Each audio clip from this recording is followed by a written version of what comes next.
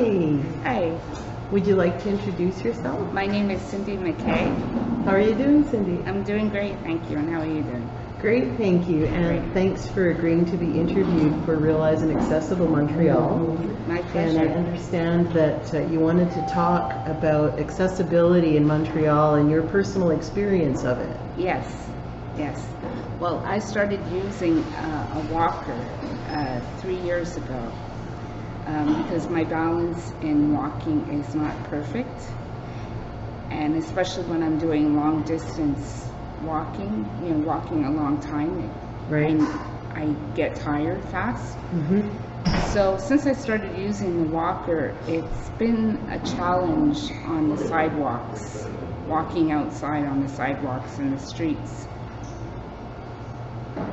because there's a lot of bumps on the sidewalks, or the sidewalks aren't straight, so I feel like I'm walking on a slant.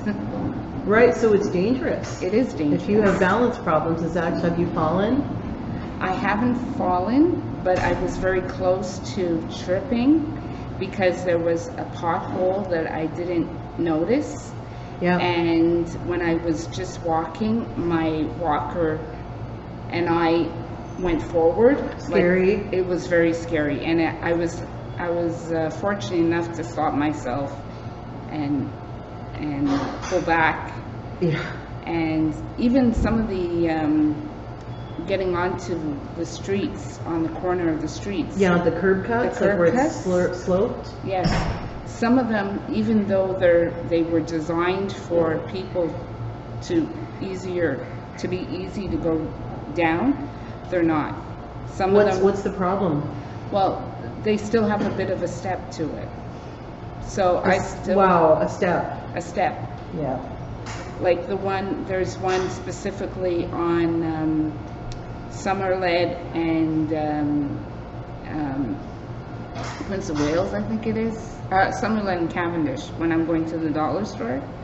And I literally have to pick up my walker and go onto the sidewalk. And believe it or not, it's not the only place in Montreal where I've seen actually a lot of that, like going around and looking at curb cuts and listening to people's stories and actually going out and looking for myself and photographing. A lot of that where it looks like it's an accessible place to go, to walk, to roll, whichever way you move. And then you get there and suddenly there's actually a barrier within what is an accessibility feature. That's what you're talking about. Yes. Like, to have to pick up your walker when it's there supposed to support you is just wild. Exactly. And I just remembered I nearly got hit by a car because as I was trying to go onto the corner, a car was turning at the same time. Yeah, because the curb cut's on the corner. Right.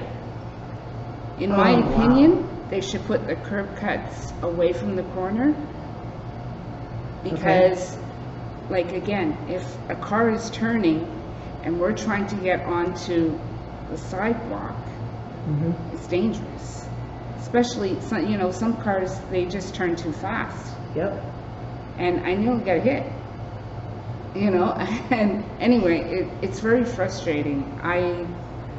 I curse when I'm going to the dollar store. I literally curse all the way through because of the bumps. I don't blame you. Because of the having to pick up my walker to go onto the sidewalks is very frustrating. Very frustrating. And do you find that you're going out less because of experiences like that? For mobility reasons, I try to go out. I don't want to go out less because I want to keep my mobility and strength up. But I have to take a deep breath before I do it. But also, true too, I also dread now going to that dollar store. I'd rather go to, take a trip to go to a mall to go to a dollar store than to go there now. But then how do you get to the mall? I would use Transport Adapté. So then you have to, I've heard a lot of stories, how it works is you have to book well ahead of time, don't you? You can't just trundle over to the store. Right. Like we want to do. Right. I think twice about where I want to go now It's not fair, like it's not fair. Anybody else can just pick up and step outside it's not their only house. Unfair, it's a contravention of the Canadian Quebec Charters of Human Rights, and it's now, I'm sure you heard that the Canadians with Disabilities Act just passed, and we are guaranteed full integration into society. When is that going to happen? We hope soon. We hope as quickly as possible that changes are made, right? Absolutely. And I think, people with disabilities, we have to really fight harder for what we want. Yeah. And we're so used to, up until now, we've been so used to, okay, we'll do it this way, we'll do it another way. We shouldn't have to do that. Well, you're speaking up. We're part of society. And absolutely. Yes, that's why I'm so thankful to have this platform to talk about it, because for years I've been wanting to talk about this, because it's very frustrating. And as we get older, our mobility, like I said, I just started using the walker about 3 years ago. Yeah, you're disabled, and then as you age, you also have natural changes. Well, I don't know if they're natural, but changes related to aging, and that's shocking as well. Yes. So it adds to the disability, right? Exactly. Like when I discovered with my spinal injury that arthritis had also set into my spine, I was like, what? Yeah. This too? Yeah. And you just can't believe it. Yeah. That there are additional disabilities that accrue over time. And Cindy, thank you so much for meeting with me today and agreeing to have the interview. I know it's not always easy to speak up and know that other people are going to watch and hear, but you're helping a lot of people by speaking too. Well, this is a pleasure to speak up, because like I said, it's been very frustrating with traveling with my walker, that I want to get the word out there that we need.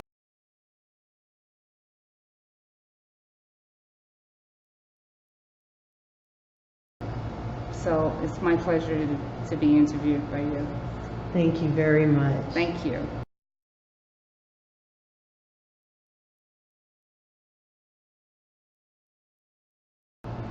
I want to talk about having a disability that isn't noticed, an invisible disability, which is what I have. And that is very frustrating when you have to explain why you have a balance problem. Right. Why are you walking funny? The challenges of having a disability where it's not visible is it's a challenge, because if people see me and they see my balance not looking perfect, they either stare or mostly they stare, and I could tell they stare, and it's very uncomfortable. So I've learned that when people do that, I just stare back at them. So what has actually happened to you directly in that respect? Like, were you somewhere and somebody did something or made a comment about your balance or the way you were walking? It's mostly staring. They don't usually make comments, but they stare. And you feel those stares? And I feel those stares. So, and it bothers me. And I just want people to stop and ask me. Don't be afraid to stop and ask me, why is your balance like that? I don't mind answering. And yet there are many people who would mind. There were. There's also another thing that, because to a lot of people, because I don't have a physical disability, she must have an intellectual disability. And that I get encountered many times, especially with Transport Adapté, the transportation service. Yes. So the drivers make assumptions? Drivers make assumptions. And what do they do? Well, I'll give you an example. I was on the transport with a friend of mine who was in a wheelchair.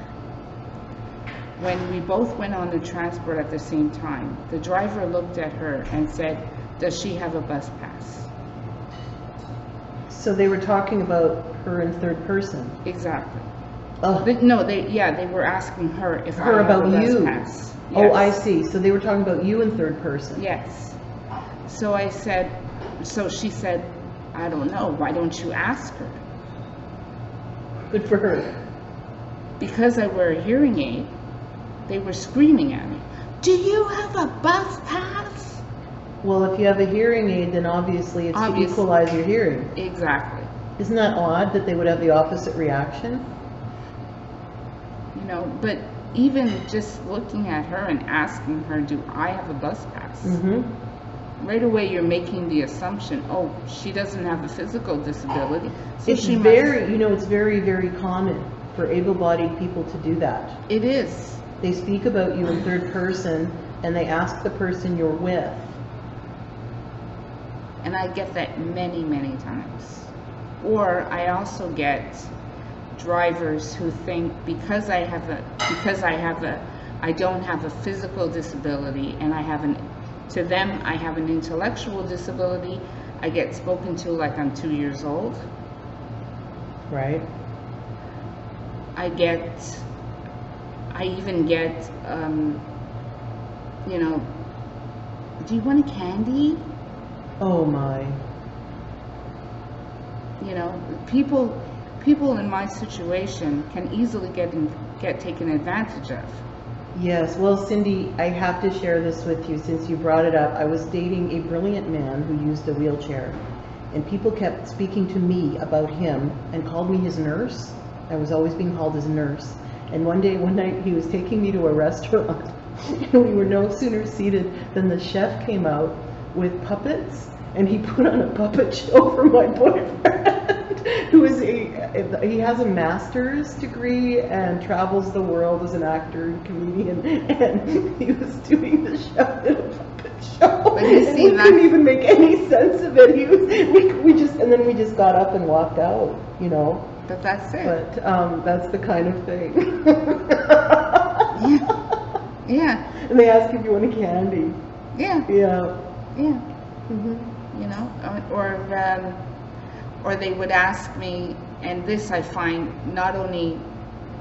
I find this so degrading, is they have their GPS on, and they ask me, do you know where you're going? I said, yes, I know where I'm going. I'm sorry for laughing, but they sound so far out, like so out of reality, right? So he's asking me for the directions when he has his GPS on.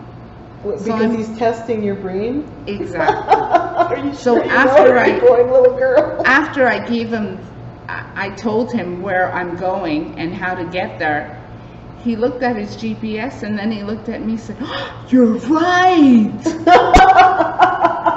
Like you just passed some intelligence test. I looked at him, I said, well, I should know where I'm going. You're asking me where my home is. I know where my home is. Like, oh, those are the type of things that it is. I'm glad we can laugh today about it. I mean, it's degrading, but it's also funny because they're so dumb to say things like that. Yeah. But it's exhausting too. It's very exhausting. It's very exhausting because and for me, I fight so hard for people to take me seriously. You know, like a lot of people, I mean, this is a compliment when people say, oh, you don't look your age, you look younger. Okay, fine, that's a compliment. But having that and having a disability, I'm working hard to be me, to be old, not to be older, but to be an adult. People don't take me seriously because they don't think I look like an adult. They think I look like a child. You look like an adult to me. But a lot of people don't think I do. So don't I know that when, this society is so oppressive to people with any type of disability that we tend to internalize it to some degree. We almost can't help it. Mm-hmm. So don't internalize that, because when you emailed me and I saw your picture in your email, you were clearly an adult woman. And when you came to greet me here tonight, you were obviously an adult. I didn't look around and think, oh, there's a child in the room, I wonder if she's visiting. So, you know, it sounds like you've internalized some of the, because what the word is for what some of these people do is infantilize you. And people with disabilities are routinely infantilized, no matter how we look. So if you look a little younger than your true age, that's not exactly what's happening. They will speak to us as if we're children, even when we're clearly mature people, even when, you know, I have gray hair. You know, so obviously I'm not a child, but I still get infantilized around my disability and my capabilities. That's either don't take you seriously, they either take advantage of you, or they degrade you themselves. So I was lucky enough to find a partner who does take me seriously, and even though they have I have a disability, he doesn't care. He said, I don't see it. That's what we need. We need more people who look at us